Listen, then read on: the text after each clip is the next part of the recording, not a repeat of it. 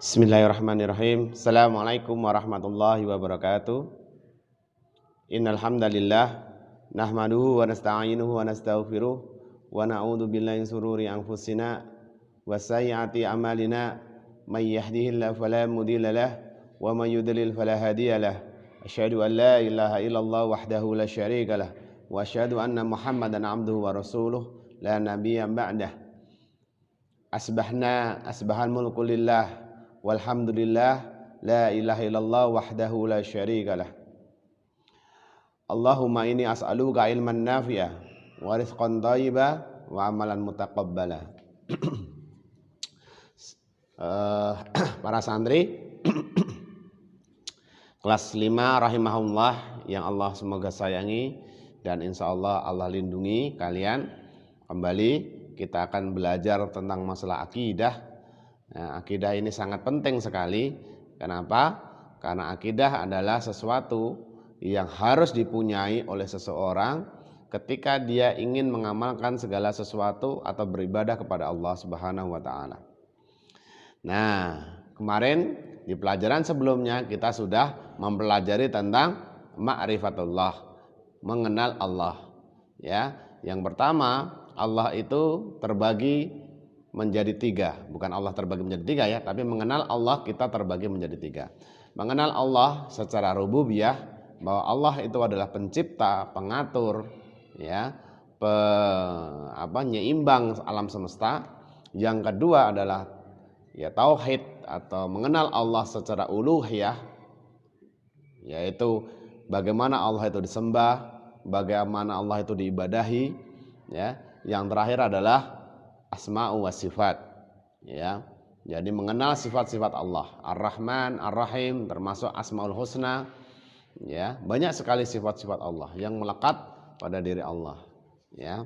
Nah, hari ini kita akan meneruskan kembali ya pelajaran tentang akidah kita, ya. Jadi akidah itu memuat 2 hal yang harus catat. Yang pertama adalah keyakinan. Yang kedua adalah amal. Ya, makanya definisi dari para ulama tentang akidah ini adalah ya tahdiqul biqalbi, ya, lafadul bilisan dan amal. Diletakkan dalam hati, ingat ya. Namanya suatu akidah adalah keyakinan di dalam hati, tapi juga dilafadzkan dalam lisan atau ucapan, dan yang terakhir adalah diamalkan dengan perbuatan bil arkan, ya.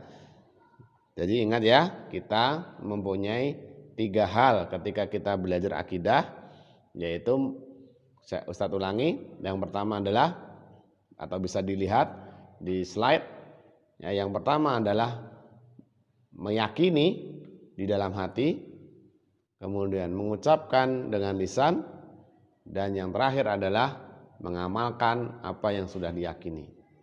Ya. Nah, apabila seorang muslim itu sudah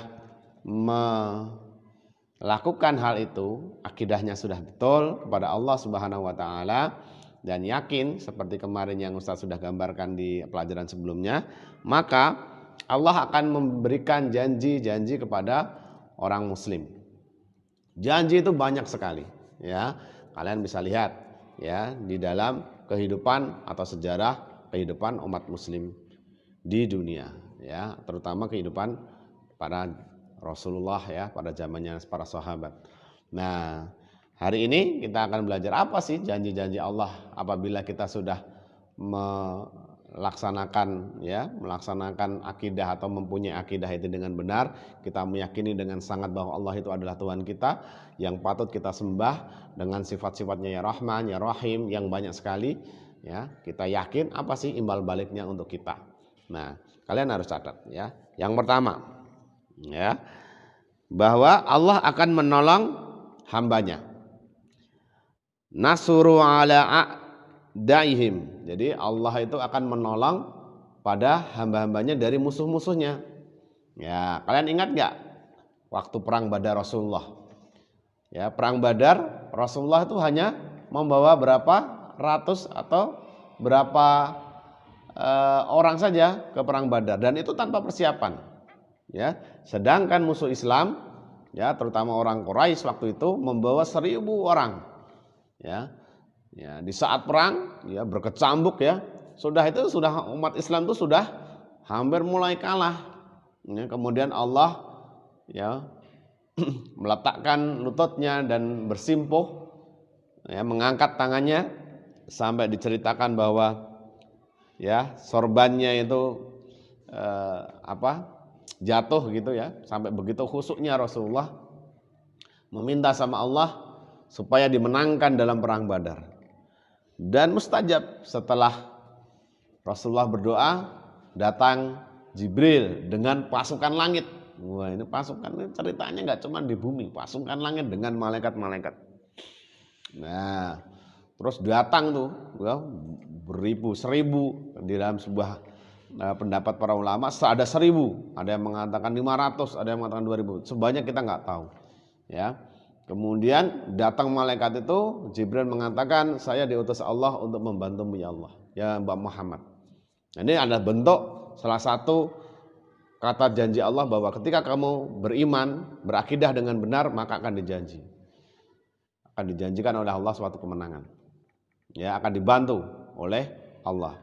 Nah, makanya ada seorang sahabat diceritakan seperti itu loh. Terus kita taunya bagaimana? Antara kita yang bunuh atau malaikat yang bunuh? Nah, Rasulullah mengatakan, coba kumpulkan ya, para jenazah-jenazah itu. Ya, apabila di tebasan lehernya atau di tebasan tangannya itu ada luka bakar, berarti itu adalah yang membunuh malaikat.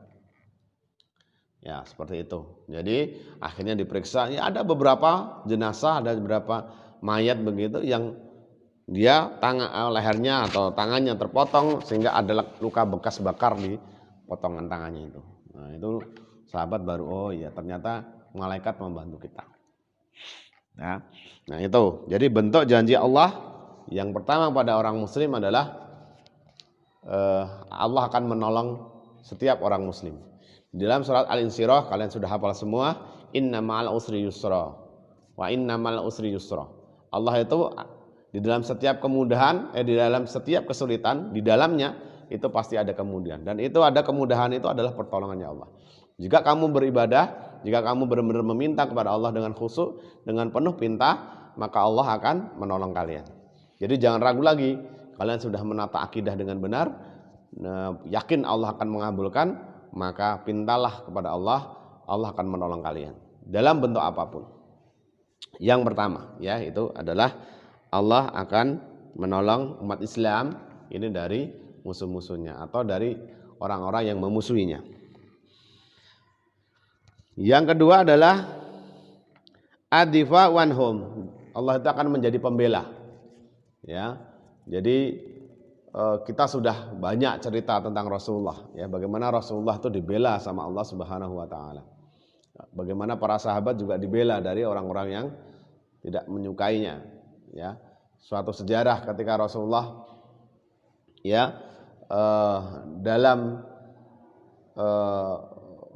perdebatan dengan orang Yahudi Madinah waktu itu ya, Allah diberikan pertanyaan-pertanyaan yang sulit ya. Salah satu contohnya, kalau benar kamu Nabi ya Muhammad, ya ditanyakan siapa yang pertama kali akan memasuki surga.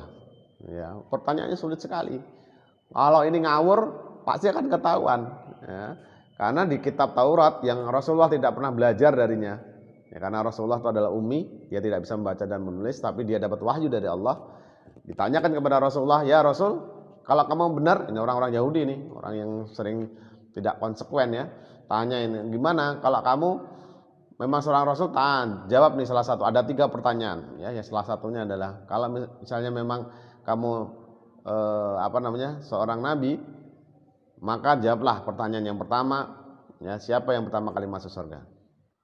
Ya, kemudian Rasulullah menjawab dengan wahyu Allah. Ya, menjadi dibela sama Allah. Ya, dibisikkan oleh malaikat Jibril bahwa yang pertama kali masuk ke dalam surga tadi adalah orang-orang muhajirin. Dan itu tepat apa yang dikatakan Rasulullah dengan Tauratnya orang Yahudi. Yahudi mengatakan bahwa yang masuk surga nanti ketika awal pertama adalah orang-orang yang mengikuti Nabi ya pada akhir zaman itu adalah Rasulullah.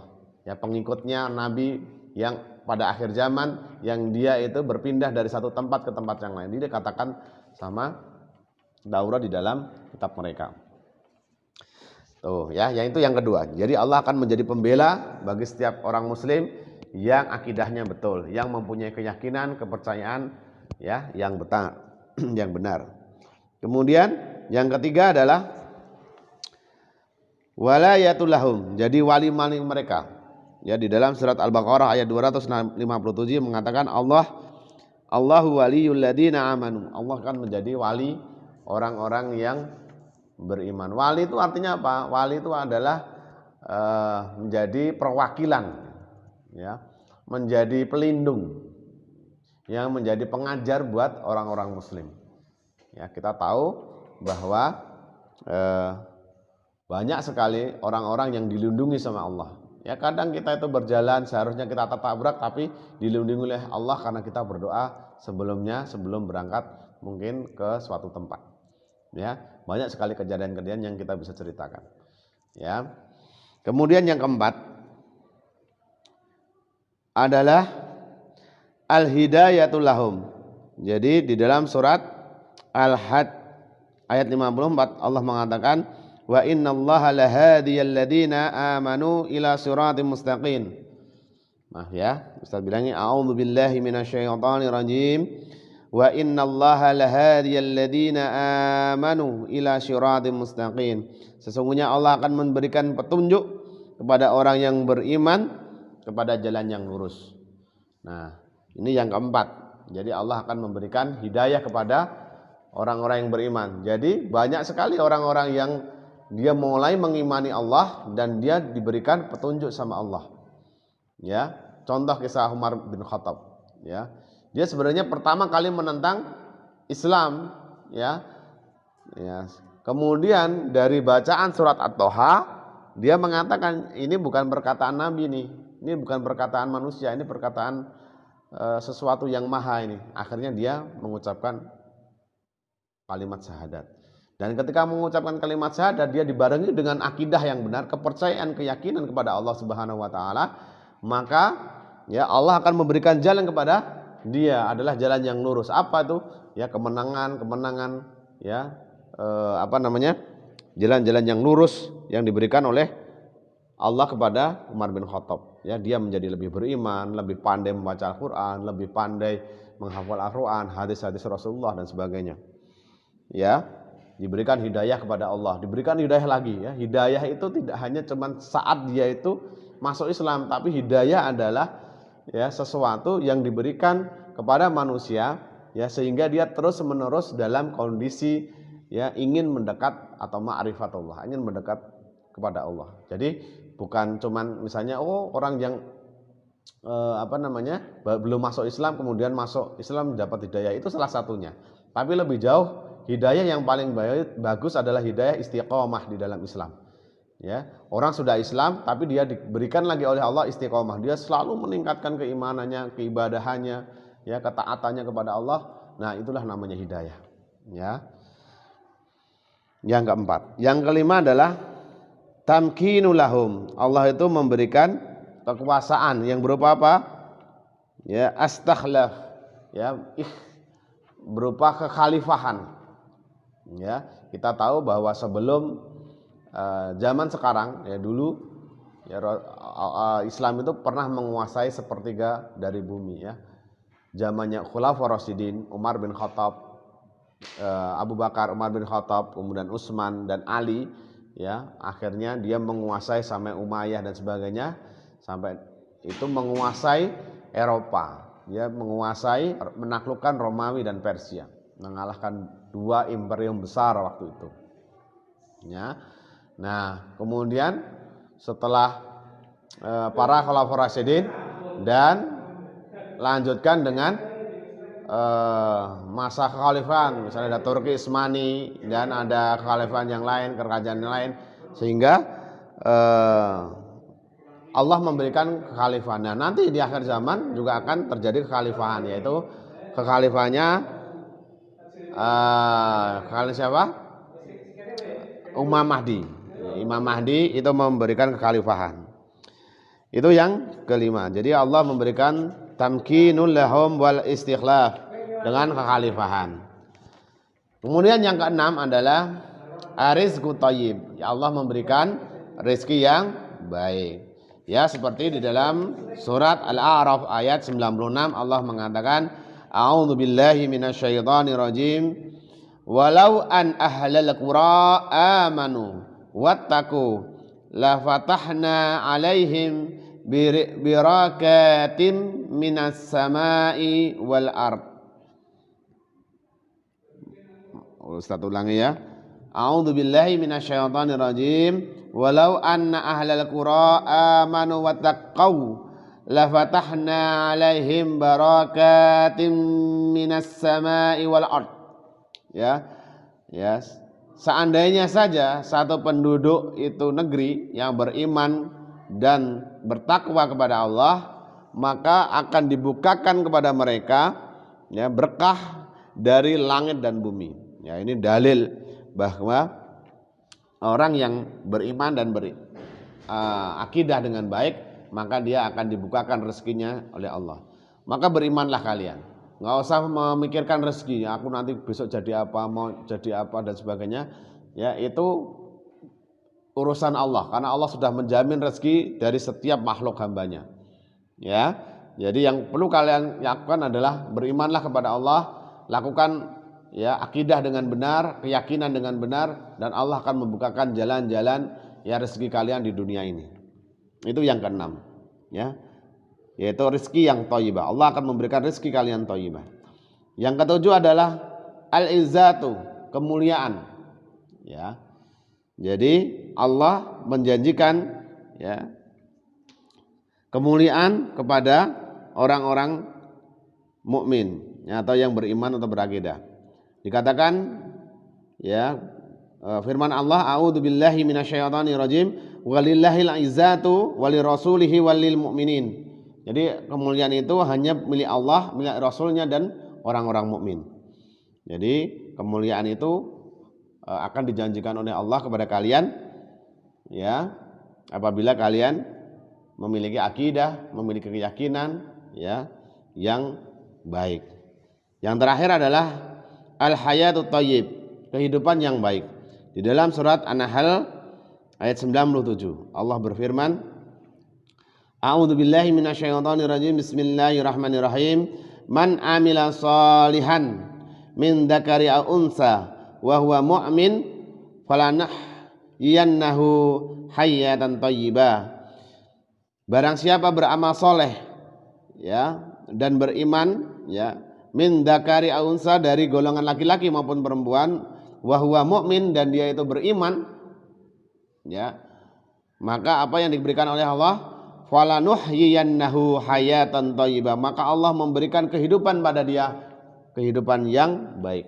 Jadi kalau kalian ingin baik, tentram, nyaman di muka bumi ini dengan menjalani sisa kehidupan kalian, maka yang terpenting adalah tegakkan, perbarui terus akidah kalian, ketauhidan kalian, keyakinan kalian kepada Allah, kepercayaan kepada Allah. Ya, jangan percaya pada manusia, jangan percaya pada selain Allah. Ya, percaya bahwa Allah adalah menjadi satu-satunya keyakinan dan ketergantungan hati kalian.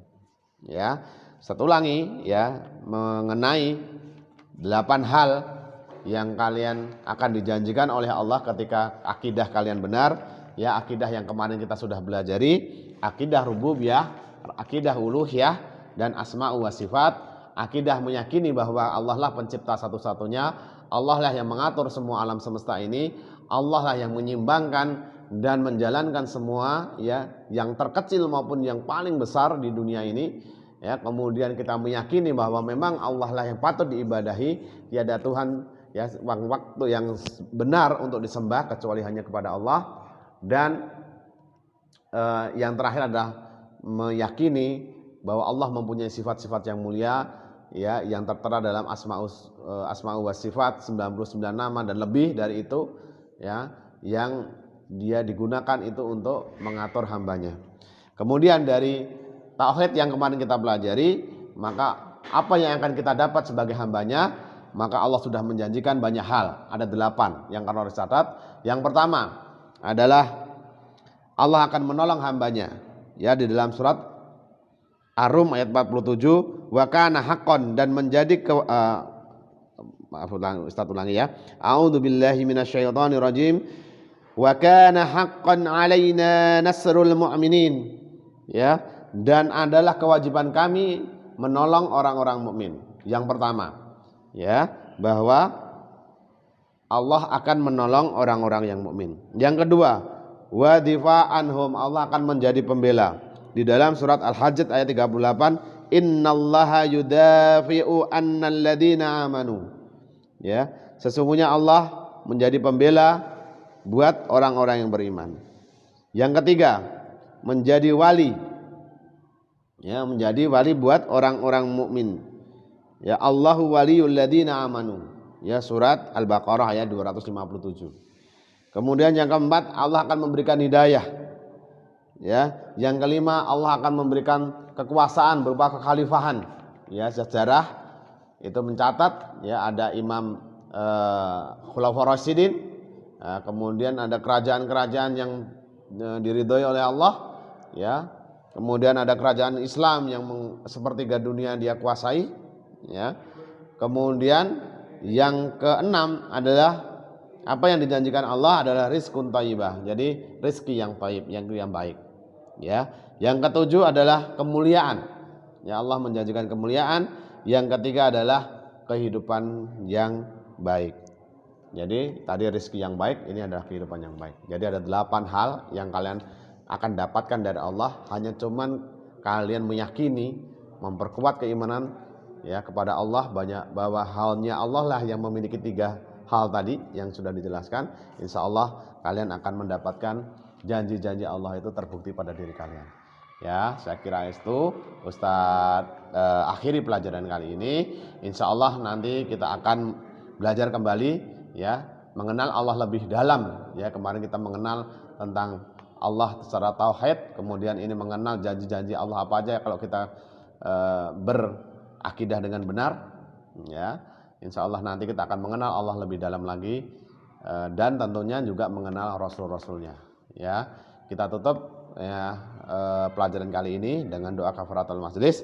Subhanakallahumma wa bihamdik asyhadu an la ilaha illa anta astaghfiruka wa atubu ilaik. Assalamualaikum warahmatullahi wabarakatuh.